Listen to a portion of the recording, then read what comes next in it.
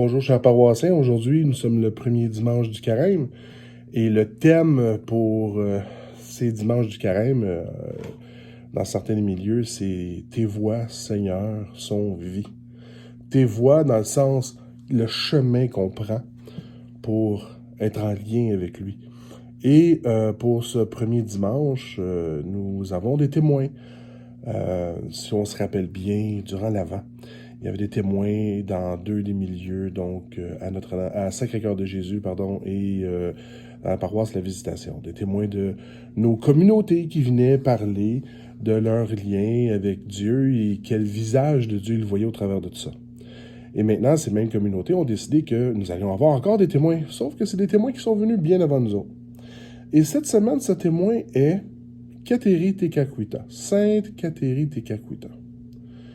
Ah! Quelle mystérieuse personne. Plusieurs d'entre nous ne savons même pas qu'est-ce qu'elle a fait. On la connaît de nom, mais est-ce qu'on savait qu'elle est de notre territoire, en guillemets, notre diocèse? Et oui, Kateri Tekakwitha, cette femme, jeune femme, symbole de la paix.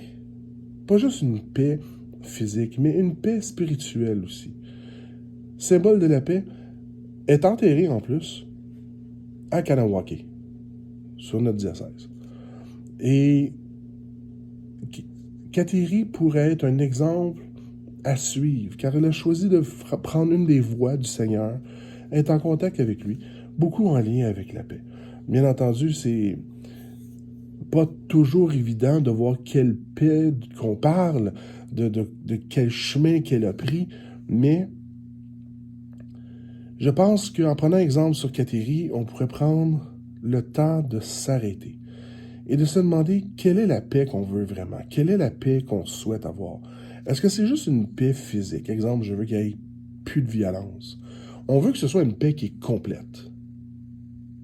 Une paix qui nous permet d'être soi-même à l'intérieur, soi-même à l'extérieur, en relation avec les autres personnes.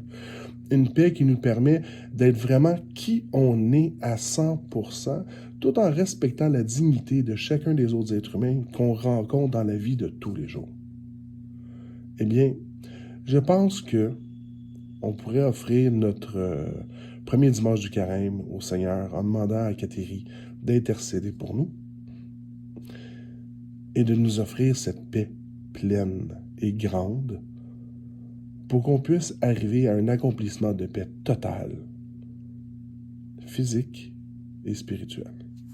Sur ce, bon dimanche.